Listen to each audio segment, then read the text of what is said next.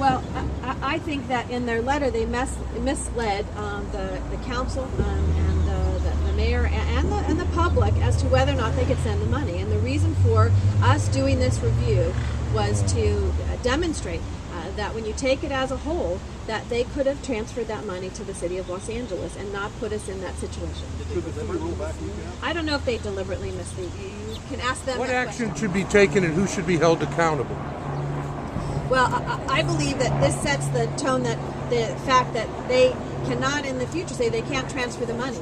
I think we hold, in talking to the president of the commission, he had welcomed this review, said they depend on staff for information, and is going to have this before the commission and go through the document to see exactly where people in their definitive action, what kind of position they took and how we should deal with it. So the commission approved all this. Seriously.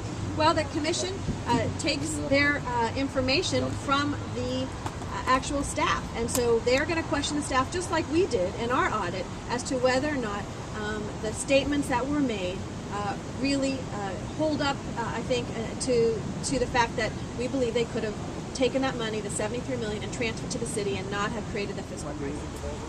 Well, the main point I'm making here is that the ECAF should never have been attached to the transfer of the funds. We should never have been held hostage, based on the fact that they were talking about the ECAF. The report that's been put forward by Pro Horwath, who wrote this document, they indicate that they, as PA Consulting did, that the department has been under collecting over the years on ECAF, and there's agreement to that. But that, again, did not have an impact on the ability for them to transfer and to meet the obligations of their transfer this last year. So you wouldn't recommend it?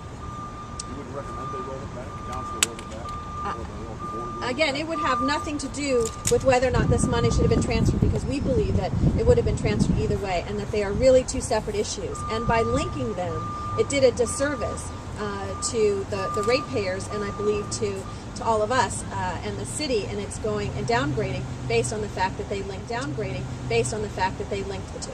To protect those ratepayers, would you now launch a study, an audit, whatever it takes, to find out whether this rate increase, the water rate increase, is appropriate?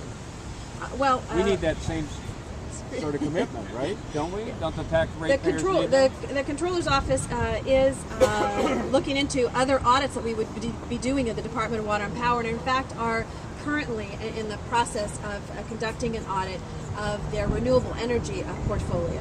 I believe there will be a lot of questions about the need for a water rate and whether or not that is something they need, how much it would be, and the same kind of scrutiny and detail will have to be followed if the city controller has a role in that.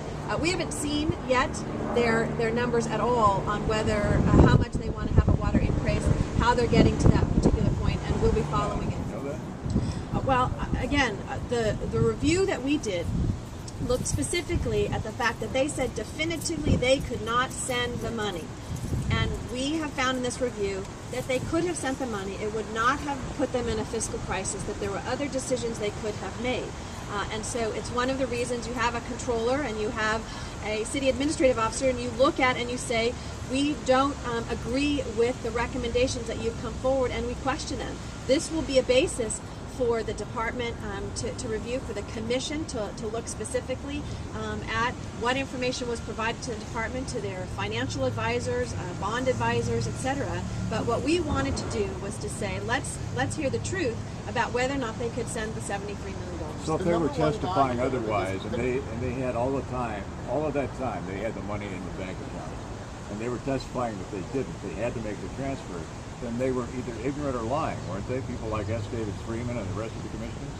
Well, they had their reasons, as they did in the letter, to why they thought they couldn't send it. We disagree strongly that they in fact could have. Not only did they have, if you look at the document, they had liquidity, both for their debt reserve trust fund, that they did not have to have the $300 million in that account to keep their current bond rating, that they were spending operating money for capital expenses, that they should have waited until they actually went out and issued a bond. There were a number of things in there, and they had also the concern we had was earlier reports or modeling that they did for ECAF and others always assumed that they would be transferring the full amount to the city of Los Angeles. Will be, as I said, I spoke to the president of the commission last night. They will be taking this audit review report, actually it is, before the commission and ask those members of their staff to explain why there's a difference between what they put forward in their letter and the review that we did by Croker. What do you want?